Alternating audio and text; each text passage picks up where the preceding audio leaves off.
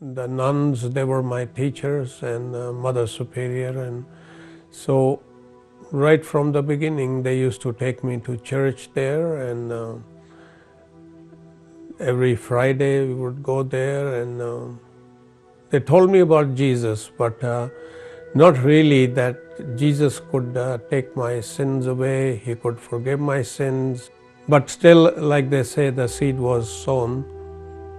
Then I went into my college times and everything, and then with the other friends, we picked up a habit of drinking.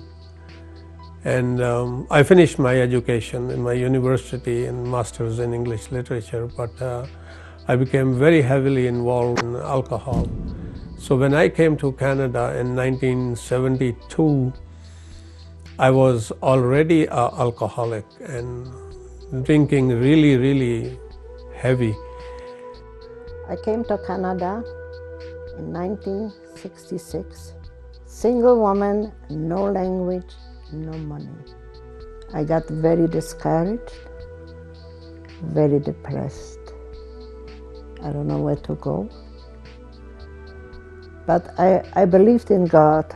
So my mother taught me how to pray, so I just was leaning on prayers.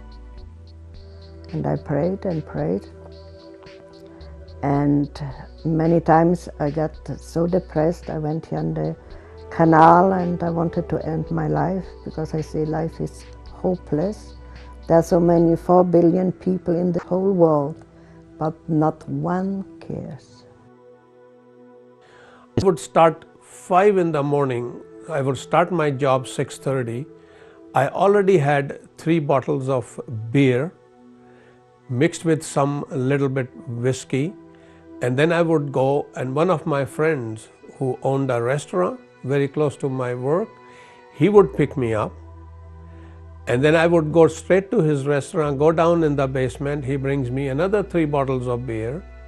So the time I start my work, I already had 6 bottles of beer, little bit of whiskey, couple of shots, and then I would start my work.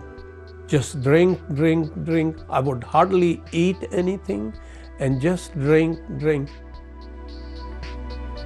While Garry slowly killed himself with alcohol, Barbara wrestled with depression and thoughts of suicide until she finally found hope when she bought a house. And then I bought this house, I moved here in, and one time my neighbor came to me and she said there's a Bill Prankard's meeting, a healing meeting. I never know what it meant even. So because my language was not so good, so I went to Bill Prankard's service.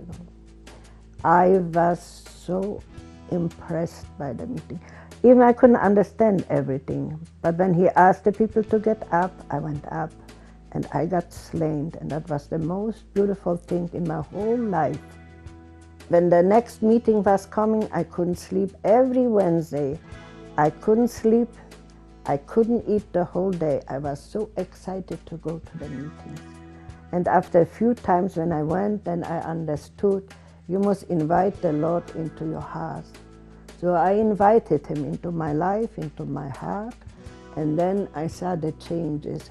Depression left me, lifted me. After Barbara received Christ and freedom from depression, she met Garry, who was looking for a room to rent. And when I met Barbara in 1976, and she found out right away that I'm very heavily involved in alcohol and drinking, and so she started talking to me about Lord Jesus. She was already saved, a born-again Christian. First of all, when he came here, I asked him if he drinks. He said very little and very seldom. I mean, not. So I trusted him, you know. I trusted the people, you know. I was already a Christian, so I trusted the people, whatever they say. So. But finally, soon and soon, I found out he was drinking so much. It was unbearable to look at how much he was drinking, a lot and a lot. So I felt sorry for him, you know. I said, my goodness, a young man, you know, his life is going the wrong direction. She started telling me about the abuse of alcohol, and if I don't have Jesus, I'm going to end up not in heaven, I'm going to end up in hell, and because Jesus, we can go to heaven is only through Jesus. In spite of her neighbors' concerns, Barbara continued to rent a room to Garry. I really start to witness. Sometimes he was upset with me, but I haven't given up, you know. But then the times was going on, you know, and I have seen the results, you know. He was getting worse and not better, and all my neighbors, it was really, really haunting me, you know. He said, look at, you're taking him here, you're taking him there, and he's bringing more and more and more, you know. But my answer was always the answer. You will see him. One day he will free and delivered. I always said that, always said that. His excessive drinking was out of control, but Barbara knew how God could change his life. I was not a believer, and I would say Jesus is the same like all other Hindu gods brought up in India. So the Hindu god, the Sikh gods, or the Muslims, or the Buddhists, and Jesus is just the same. He's only a messenger from one God. And this argument kept going and going all the time. And my alcohol went more heavier and heavier, and like I was really, I became like a slave to alcohol. Barbara began inviting Garry to Bill Prankard's meetings where she had first accepted the Lord. Just to calm down the fights and all that, so I agreed with Barbara to go to the meetings, and I went. And right away I found out that the meetings are 3-4 hours, and there is no beer store there, no liquor store, no restaurant. So that will be very long 4 hours. So next time I start taking alcohol with me and hiding in the bushes. Garry was so addicted to alcohol, the thought of 4 hours without a drink was more than he could bear. First time when I went, and Bill was talking, and it really impressed me. He didn't push anything, and when he gave the altar call, I was the first one to go forward, to go and accept the Lord Jesus. I had drinks before, but the same day, but I was very serious in my heart. I meant a real business with the Lord. I wasn't faking or anything.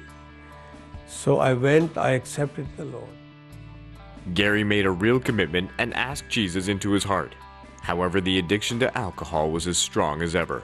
And then I started to go every Thursday, and I would take alcohol with me and hide in the bushes and make an excuse. I want to go to washroom, and I go and take a drink and go back again. Trying desperately to stop his drinking, Garry called the 100 Huntley Street prayer hotline. I had never met this man in my life. I just called the number and he answered the phone. I got a call and my phone rang, and as my phone rang, I picked up the phone, and here's a man. He said, I need some prayer. I said, yes, what can I do for you? He said, I'm alcoholic. I said, well, I will pray for you, but before you pray, have you asked the Lord to come into your heart? He said, yes. I said, better make it sure. So he said the prayer again. So when he said the prayer again, and then I prayed for his healing. Then I said, well, which church you come, which denomination you come from? He said, no, I'm a Sikh. I know you are Sikh because you are alcoholic. He said, no, I am Sikh. I'm a man from India. I said, oh, I see. I said, which part do you come from? I said, I come from Punjab in India. He said, I come from Punjab in India. And he said, I come from Punjab. I said, I come from Punjab too.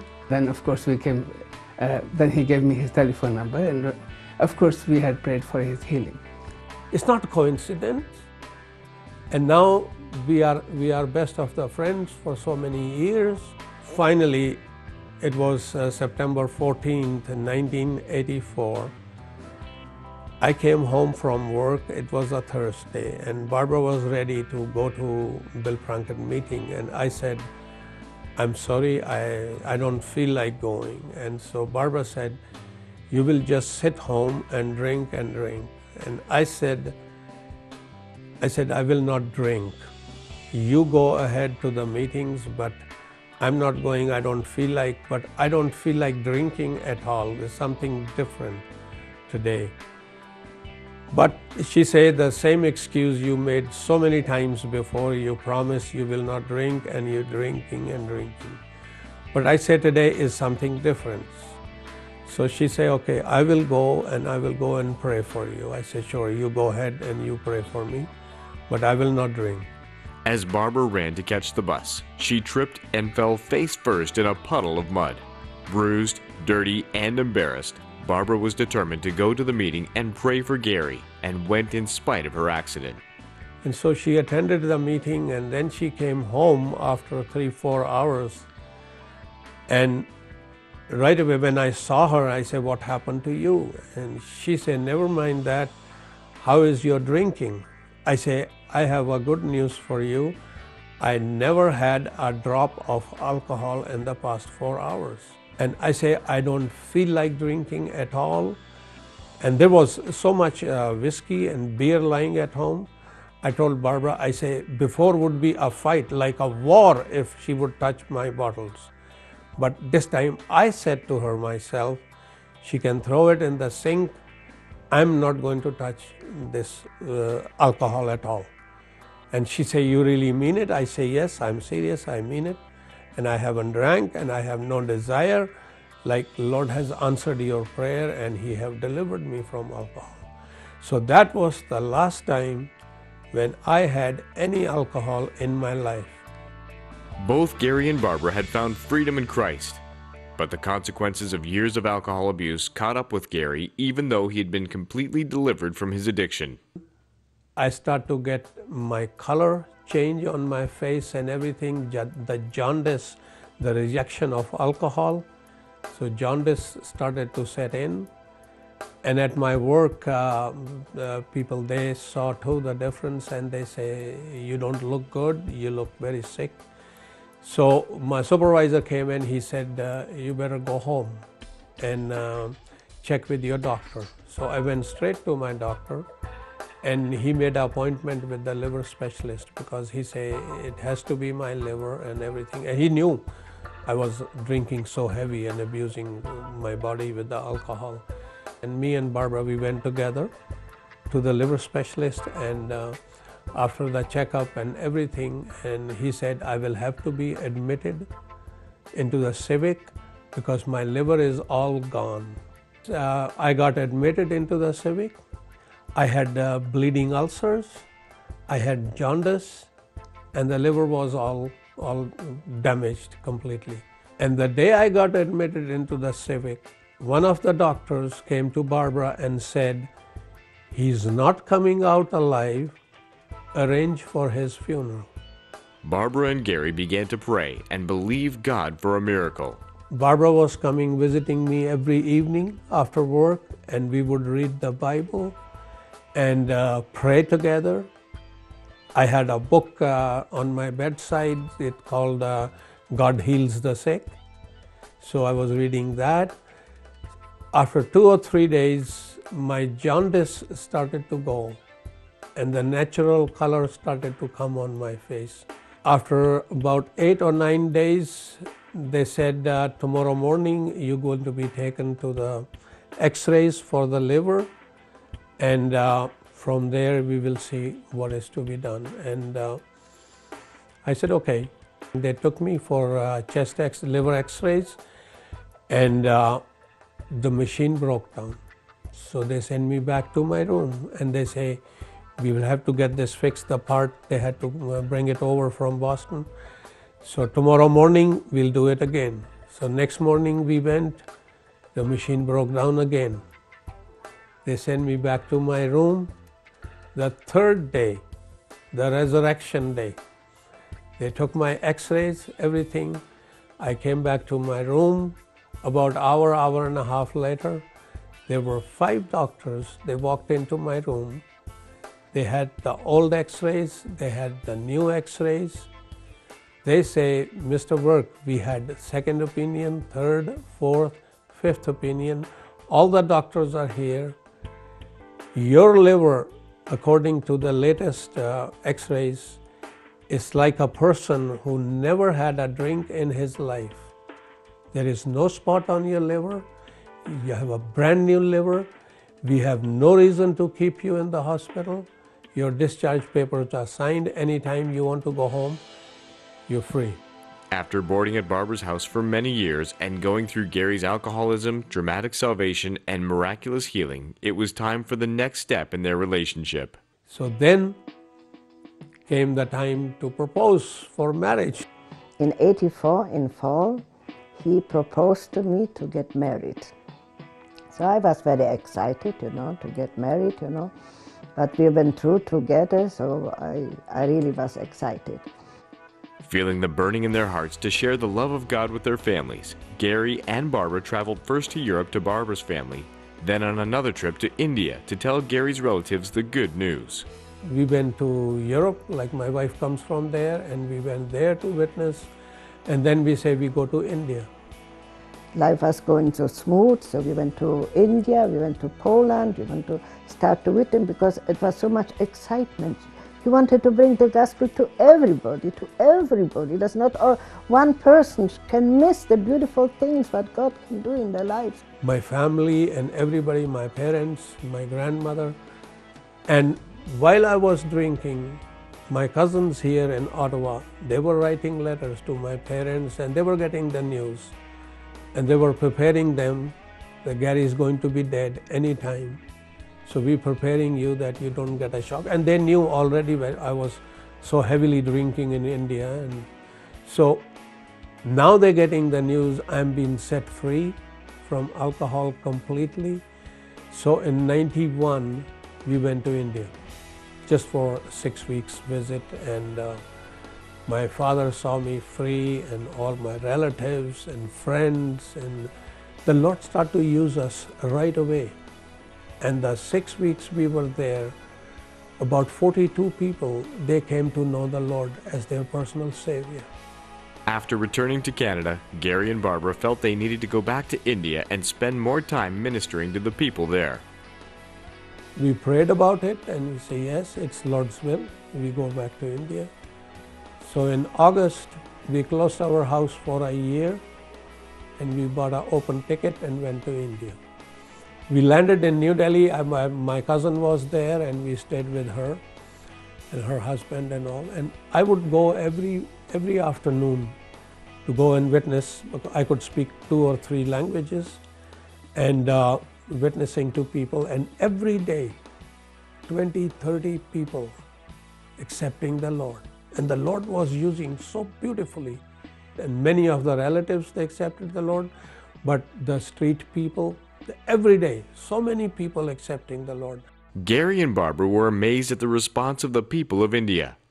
Every day, people hungry for God were getting saved. However, Garry had no idea that something terrible was happening in his body. Then about a couple of months later, I started to lose my appetite. And the fever started to come and I would feel pain in my stomach area. I had a cousin who was a doctor there, and he thought maybe some flu or something, fever and everything. And so he gave me antibiotics, and a week passed and it didn't help at all. So he gave me much stronger to the strongest.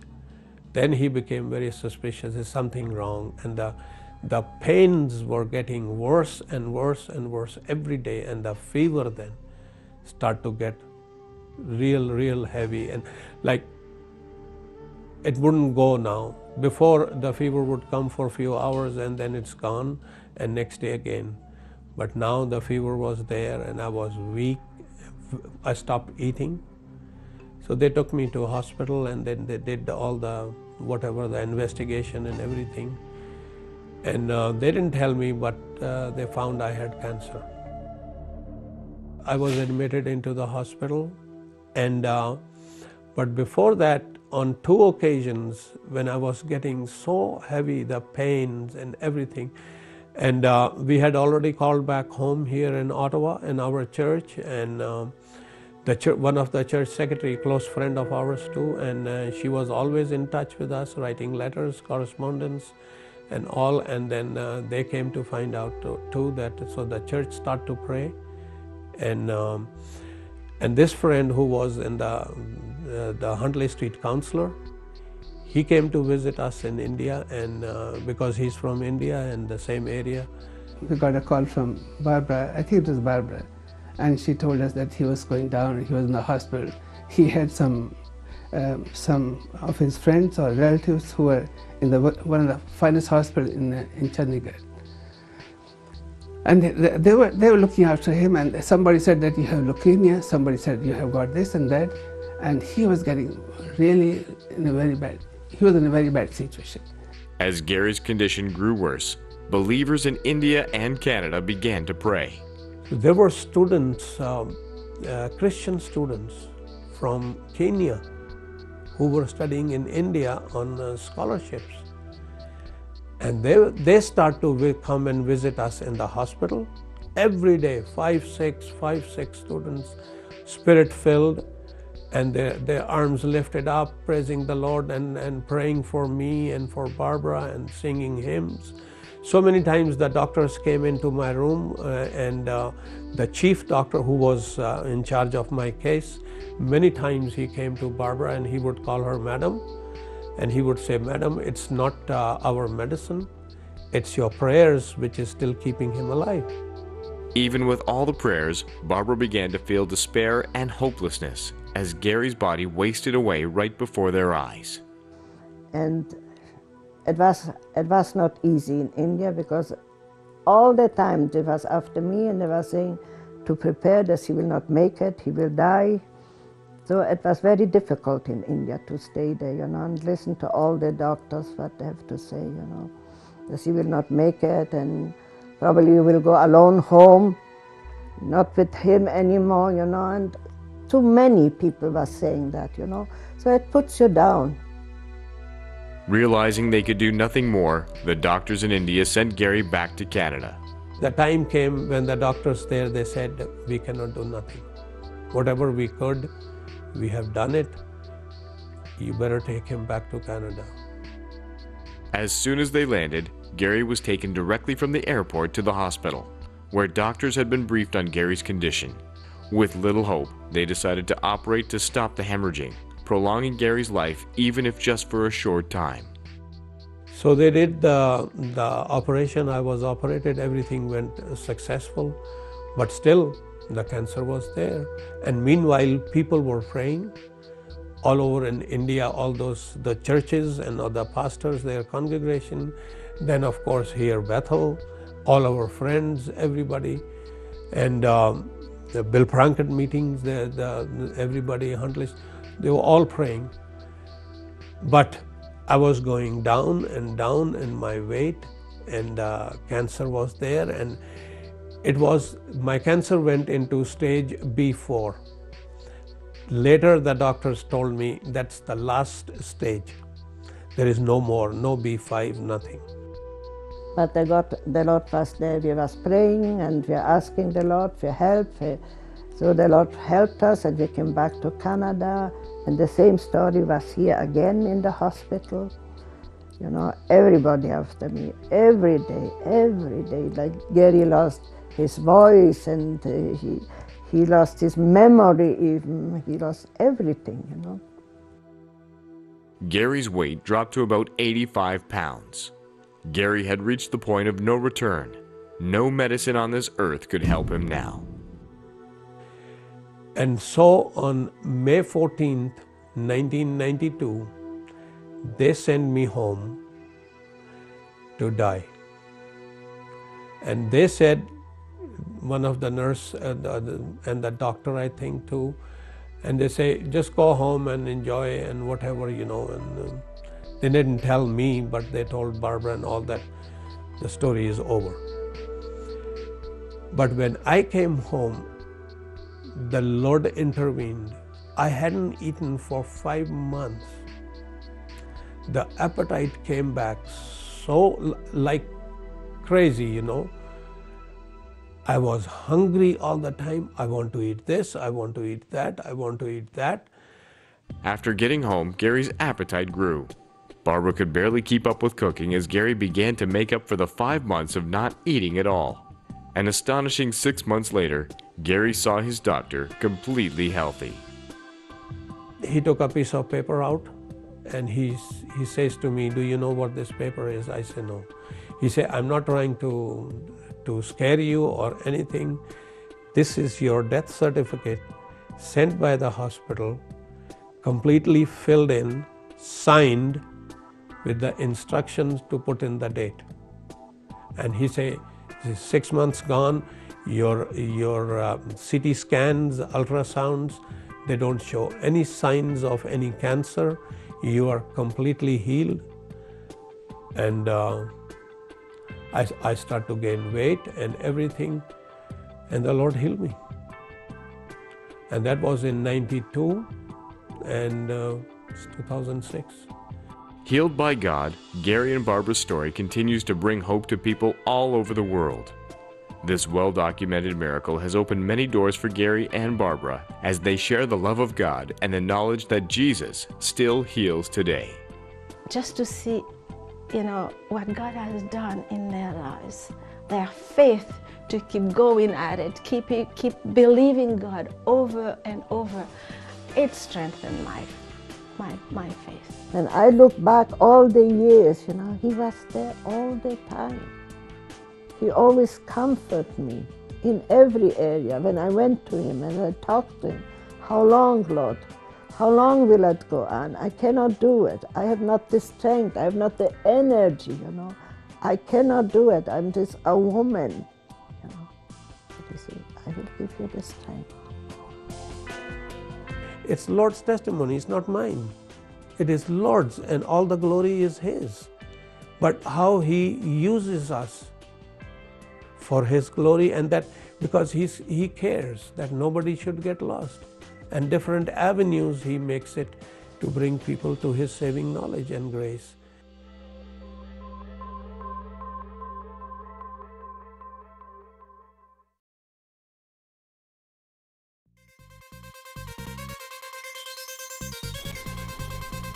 You're watching Pegam TV.